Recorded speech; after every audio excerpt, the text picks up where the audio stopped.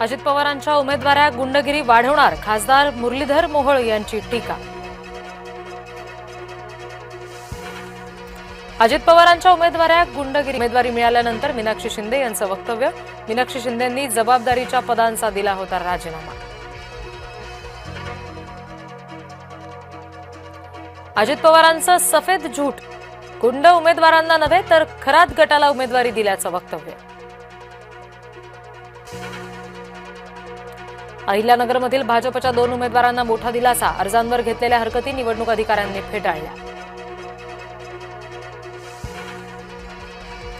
नाराज उमेदवारांना शांत करताना भाजपला अडचणी, पक्षाच्या उमेदवार निवडीमध्ये सुधारणा करू, आशिष शेलार यांचं वक्तव्य.